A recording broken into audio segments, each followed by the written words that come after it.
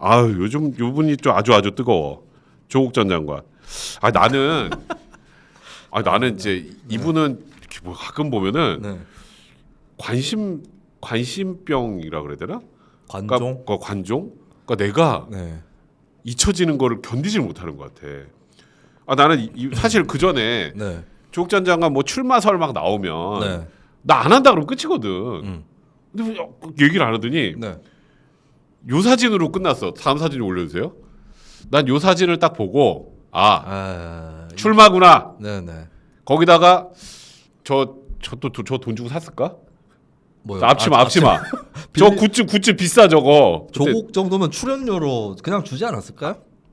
출연료. 주최 측에서 여기 왔으니까. 여기 왔으니까. 사실 문통이 저거 7만 원 내 이렇게 또 하나 줬을까? 7만 원 내시고 7만 가셔야 원 됩니다. 이렇게 하기는 좀 어렵지 않을까. 근데 문재인 전 대통령을 만나가지고 네. 길이 없는 길을 가겠다. 네네. 길이 없는 길을 가겠다. 이거 출마 선언 아니야? 길이 없는 길을 가겠다. 네. 말도 되게 어렵게 해 그냥. 그게 어디 나왔던 말이에요. 그래? 네, 어디에 나왔더라 그 말이? 길 없는 길을 간다는 말이 어디 나왔던 말이에요. 그래? 네. 길이 없는 길. 사실 길은 없어. 뭐 2심에서 법정 구속되면 옥중 출마하면 길이 없는 길이고. 옥중 출마할 수 있으니까요. 그러니까 네. 그 길이 없는 길을 가겠다. 네. 그 무슨 말이냐 도대체? 이게 출마 선언이 아니야? 너의 생각은? 뭐든 하겠다. 저는 그렇게 봐요. 열린 결말. 네, 그러니까 출마 선언 포함돼 있고. 우병우랑 똑같은 거예요. 우병우도 부인 안 하잖아. 그렇지. 네. 근데 국가를 위해 헌신하겠다. 그렇지. 국가를 위해 헌신하겠다. 비슷한 거죠.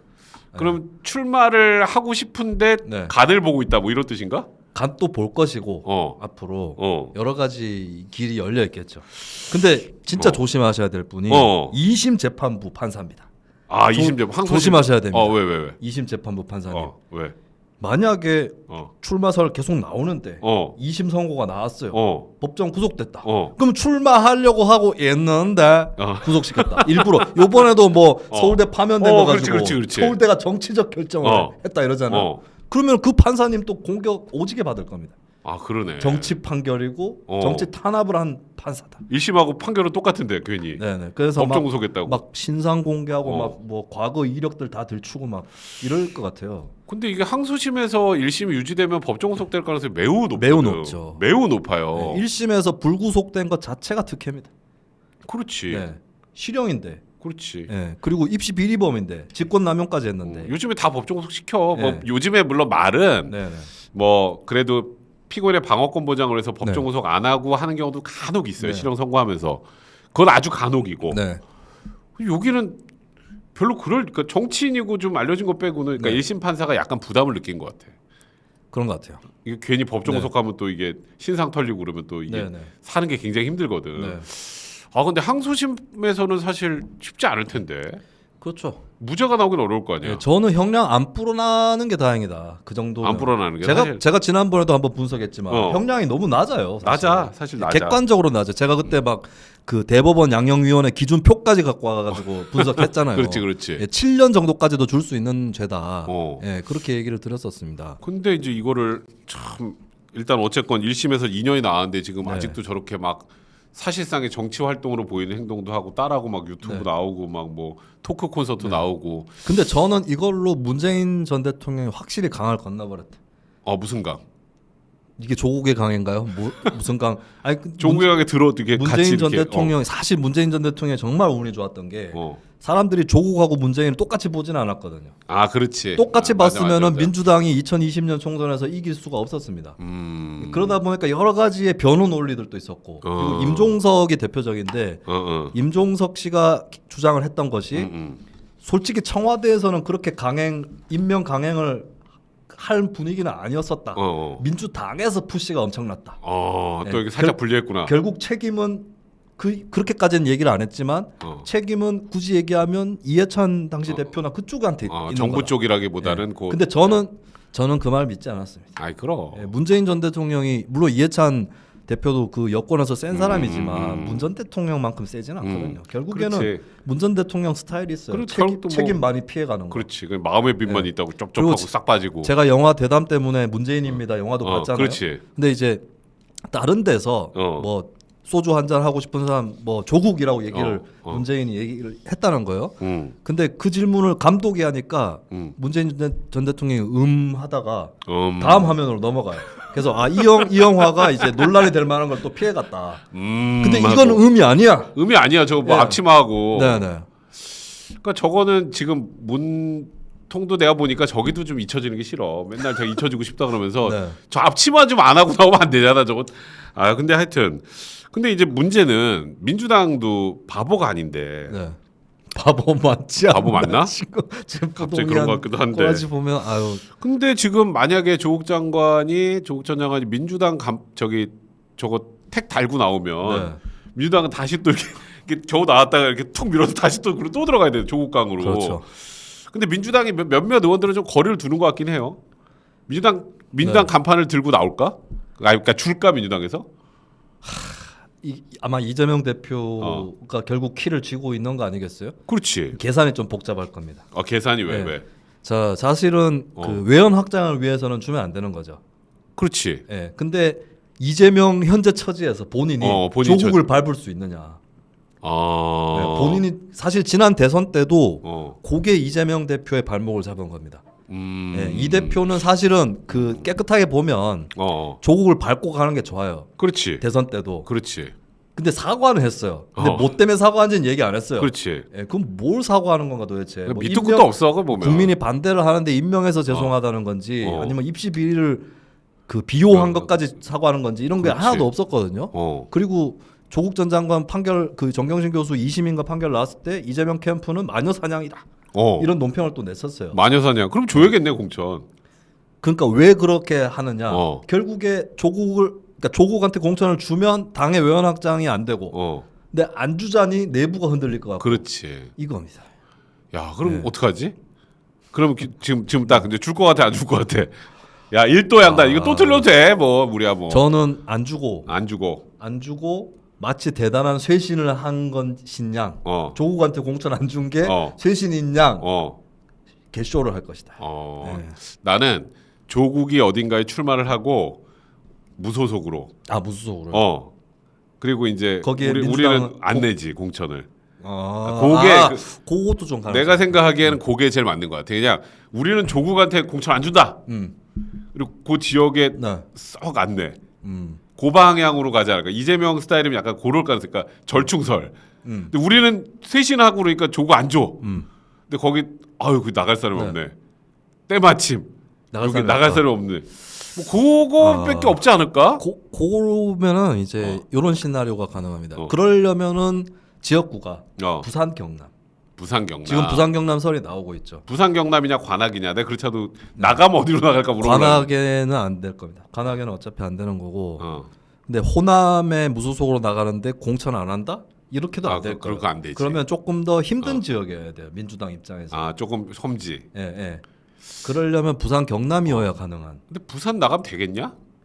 저는 어차피 조국이 나가서 당선될 수 있는 지역구는 대한민국에 없다고 봐요.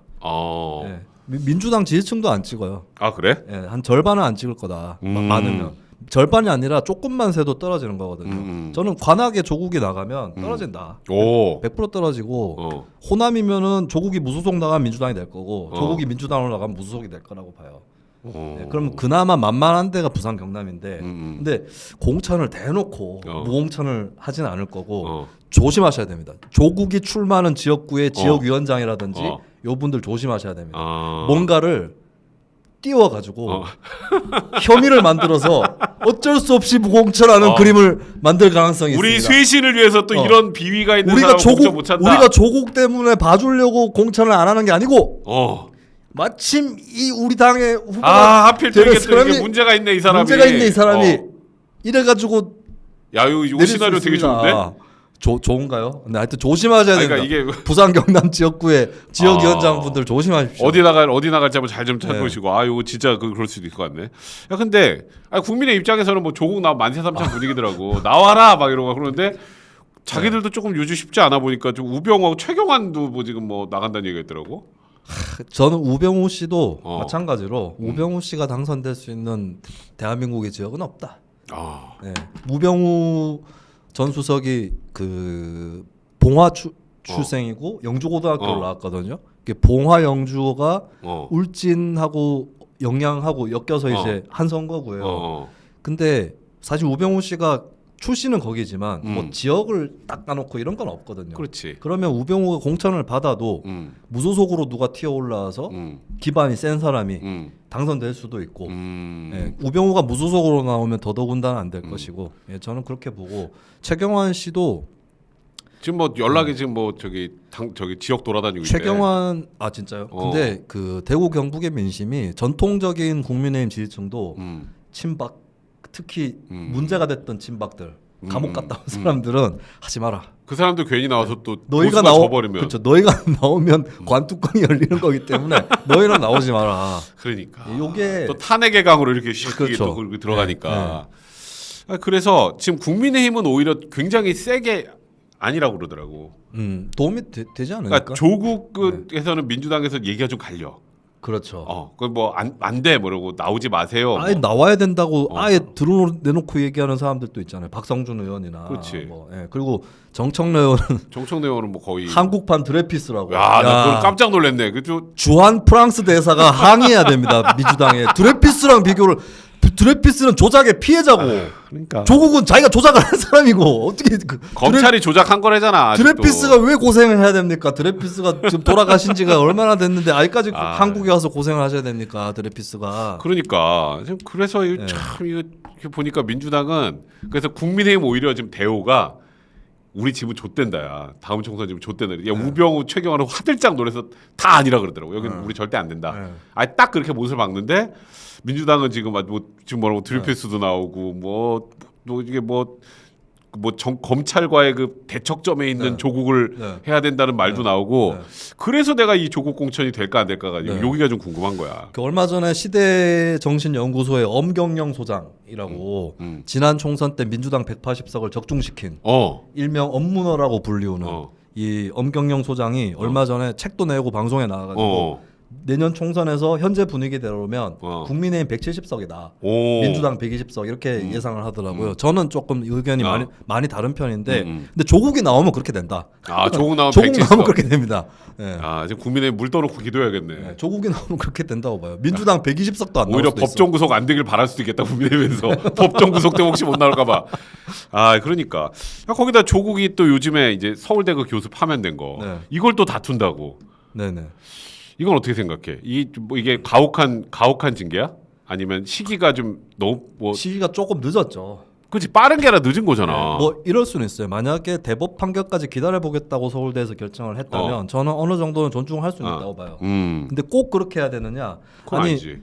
조국 교수가 그 입시 비리에 가담한 거는 정경심 교수 대법원 판결 때 확정이 됐어요. 사실관계는. 맞아. 뭐 더 필요합니까 거기서? 그렇지. 예, 그리고 서울대가 피해자예요.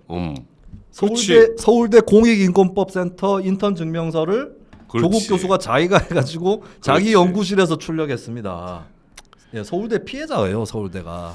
예, 그거 한 건으로도 날리는 거거든요. 근데 이게 내가 보니까 그 조국 전 장관 측에서 하는 논거가 요 입시 비리 있잖아. 요거는 징계 사유에서 안 들어가 있더라고. 그건 또 안 들어가 있더라고. 그러니까 뇌물.